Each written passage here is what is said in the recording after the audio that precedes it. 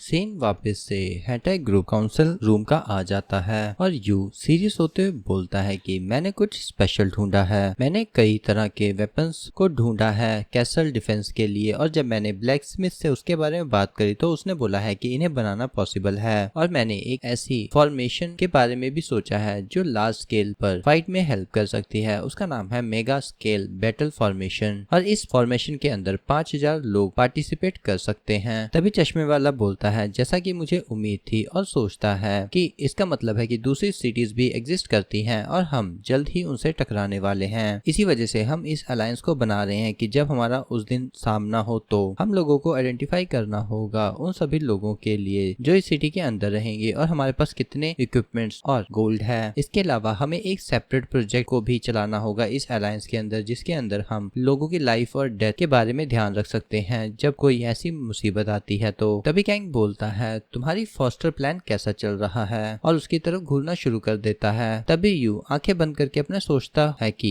हेटाई group का leader Kong मुहान ये दूसरों को अपने से नीचे ट्रीट करता है। मैं बिल्कुल भी स्पेस नहीं छोड़ना चाहता छोटे मोटे कॉन्फ्लिक्ट के लिए जब तक हमारा ये कॉन्ट्रैक्ट है। और मर्डर यू बोलता है मैंने बेस्ट रूट कैलकुलेट कर लिया है तुम्हारे हेटाई ग्रुप मेन फोर्सेस ट्रूप के साथ, और इसी के साथ ही हमें चोई का विंड मेल गिल्ड भी चाहिए होगा। पर मिशन के स्केल को देखते हुए अभी भी काफी ज्यादा डिफरेंस है, तो मेन रूट अभी भी मुझे नहीं मिला है। कांग बोलता है अभी भी तुम एफर्ट्स करते रहो, एक बार हमें ये अपॉर्चुनिटी मिल गई तो हमारी सिटी की पावर एकदम से बढ़ जाएगी। करंटली हमारी सिटी की 60% पॉपुलेशन लोअर प्लेयर से भरी पड़ी है, और अगर हम एक बार मिशन वॉकिंग थ्रू डिस्ट्रीब्यूशन करना शुरू कर देते हैं तो ये इम्प्रूव हो सकती है एवरेज स्किल लेवल तक, और प्लेयर्स शॉर्ट पीरियड के अंदर स्ट्रॉन्ग हो जाएंगे। और यही है हमारा फोस्टर प्लान। तभी कैंग बोलता है चाहे तुम इंफॉर्मेशन कलेक्ट कर रहे हो या हेल्प कर रहे हो फोस्टर प्लान के अंदर, पर अपना बेस्ट करो। और सभी लोग यस सर बोल देते हैं। तभी सीन चेंज होता है और सिटी का सीन आता है। वहाँ पर संग उन लोगों को देखकर थोड़ा सा हैरान हो जाता है और रीना और एली के साथ चलते हुए बोलता है पावर्स इकट्ठा करने में बहुत मेहनत लगने वाली है। और एली भी उसे बोलती है कि हाँ ये तो है ही, पर मुझे बताओ क्या तुम गिल्ड के बारे में प्लान कर रहे हो? अगर ये स्टार्टिंग की बात होती तो कोई डिफरेंस नहीं होता, पर अगर तुम अभी स्टार्ट करने की सोच रहे हो तो अभी यहाँ पर सिर्फ भिखारी और कमजोर प्लेयर्स ही बचे हुए हैं। अब तुम ये मत कहना कि तुम उन्हीं लोगों के साथ गिल्ड बनाने की सोच रहे हो। संग बोलता है तुम सही कह रही हो, और सोचता है मैं विश करता हूँ कि मेरे पास लॉयल फॉलोअर्स हो जो मेरे कहने पर अपनी जान भी दे सके बिना कुछ बोले। क्या मुझे एक कल्ट बनाने का ट्राई करना चाहिए? तभी संग वहाँ से गायब होना शुरू हो जाता है, और वो गायब होकर अलग स्पेस में आ जाता है और बोलता है मैं यहाँ फिर से आ गया।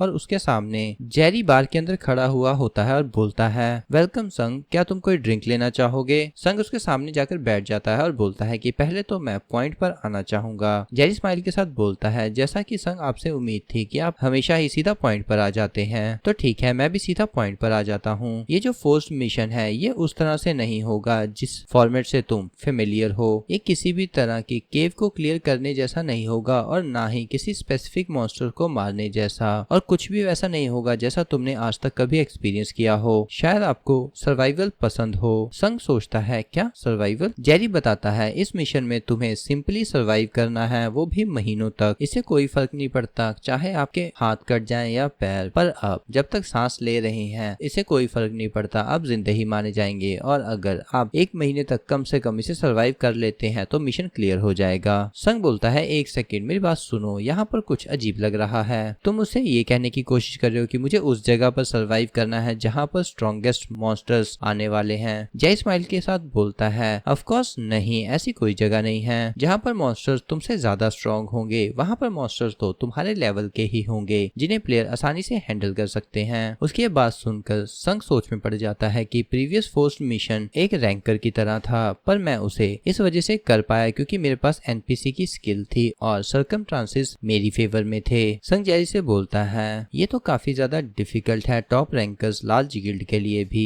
कि बी रैंक मिशन को क्लियर करना अपनी ओरिजिनल बॉडीज के साथ, बट फोर्स मिशन को सिर्फ सर्वाइव करना है हमें 1 मंथ के लिए, और उसका रैंक B+ है। जय स्माइल के साथ बोलता है संग तुमने सही कहा, अगर ये सिंपली बी रैंक का सर्वाइवल क्वेस्ट होता तो ये इतना ज्यादा कुछ नहीं होता। इसी वजह से यहाँ पर 2 कंडीशंस हैं। फर्स्ट कंडीशन है मर्डर करने की। अगर तुम दूसरे यूजर को मार देते हो तो तुम्हें खाना और पानी ऑटोमेटिकली तुम्हारी इन्वेंट्री में प्रोवाइड किया जाएगा। और अगर तुम किसी ग्रुप या टीममेट के साथ किसी पर्सन को मारते हो तो जो इंसान डैमेज देगा उसी को रिवॉर्ड मिलेगा। ये सुनकर संग सोचता है इसका मतलब है और तुरंत बोल पड़ता है, तो मुझे बताओ ये मिशन किस जगह पर होने वाला है। जेरी स्माइल के साथ बोलता है ये जगह एक आइसोलेटेड आइलैंड है। वेल ये थोड़ा सा बड़ा है आइलैंड से, पर ये है आइलैंड ही। संग बोलता है तुम्हारा टेस्ट तो बहुत ही खराब है। जेरी बोलता है गॉड्स ऐसे पर्सन को नहीं पसंद करते जो कि ऐसे ही इग्नोरेंस के साथ स्ट्रॉन्ग बन गया हो। ये मिशन एक अपॉर्चुनिटी की तरह है जहाँ पर तुम शो ऑफ कर सकते हो अपनी एट्रीब्यूट्स को, बॉन्ड्स को, ह्यूमैनिटी को और जो भी तुम्हारे पास स्किल्स हैं। तभी संग बोलता है अच्छा तो सेकंड कंडीशन क्या है। जेरी वाइन डालते हुए बोलता है यहाँ पर मिशन पॉइंट्स भी दिए जा रहे हैं, तुम इन्हें अर्न कर सकते हो सब मिशंस को कंप्लीट करके, और जो आइटम्स तुम मिशन के दौरान एक्वायर करोगे लास्ट टाइम की तरह तुम उन्हें पॉइंट के साथ चेंज कर सकते हो। संग तभी बोलता है तो इसका मतलब है कि मुझे 1 महीने तक तो सरवाइव करना ही होगा। जेरी बोलता है कि हाँ ये और प्लेयर के साथ टीम अप करके भी पॉसिबल हो सकता है और इससे तुम सभी प्लेयर्स एक साथ 1 महीने तक सरवाइव कर सकते हो। और संग वाइन पकड़ते हुए बोलता है मुझे उम्मीद है कि तुम ऐसा होने की उम्मीद नहीं कर रहे हो क्योंकि फर्स्ट कंडीशन की वजह से। जेरी बोलता है कि एक पर्सन की ट्रू नेचर तभी बाहर आती है जब वो एक्सट्रीम कंडीशंस में होता है। और संग ड्रिंक पीते हुए बोलता है मैं तुम्हारी बात से एग्री हूँ, और ड्रिंक पीकर गिलास रखते हुए जेरी की तरफ देख रहा होता है। और जेरी आगे बोलता है तो ठीक है इसे शुरू करते हैं, मैं उम्मीद करता हूँ कि आप सेफ रहेंगे और सर्वाइव करेंगे। और वहाँ पर क्लैप करता है। तभी सिस्टम नोटिफिकेशन आता है कि B+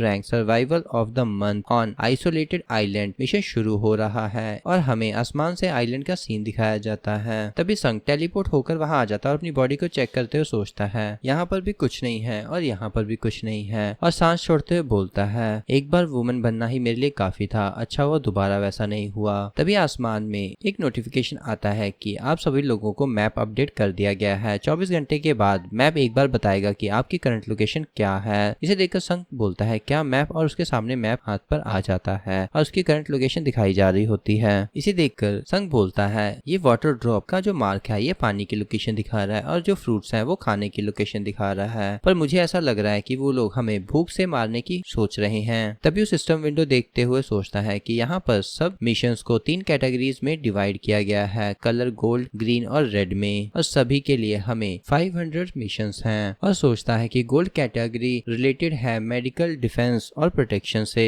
और ग्रीन कलर रिप्रेजेंट करता है सर्वाइवल को, और फाइनली जो रेड कलर है वो मर्डर को रिप्रेजेंट करता है जिसमें तुम्हें दूसरों को फंसाना और बिट्रे करना है। ये तो पूरी तरह से इविल मिशन है। इसे देखकर संग स्माइल करते हुए सोचता है ऐसा लग रहा है कि रेड मिशन तो मेरे लिए ही बनाया गया है, सब कुछ पॉसिबल है तो ठीक है मैं इसे करता हूँ। तभी उसे एक शॉक वेव फील होती है जिसे देखकर वो हैरान हो जाता है और दूर कहीं से धुआं भी उठ रहा होता है जिसे देखकर वो सोचता है यहाँ पर मुसीबतें तो पहले ही शुरू हो चुकी हैं, क्या यह बहुत जल्दी नहीं है। तभी सिस्टम इन्वेंट्री खोलकर चेक करता है कि मुझे रेडी हो जाना चाहिए और सोचता है कि इस एनवायरनमेंट के लिए तो आर्मर पहनकर घूमना तो बहुत ही ज्यादा एग्जॉस्टिंग है। मैं भले ही एक मैजिक स्वॉर्डमैन हूँ पर मैं एक प्लेयर के रूप में मैंने शुरू में एक चोरों की तरह खेला था, तो ये मिशन बिल्कुल ही मेरे लिए फेवरेबल है। और दिखाया जाता है कि उसने मिलिट्री सूट पहन लिया होता है।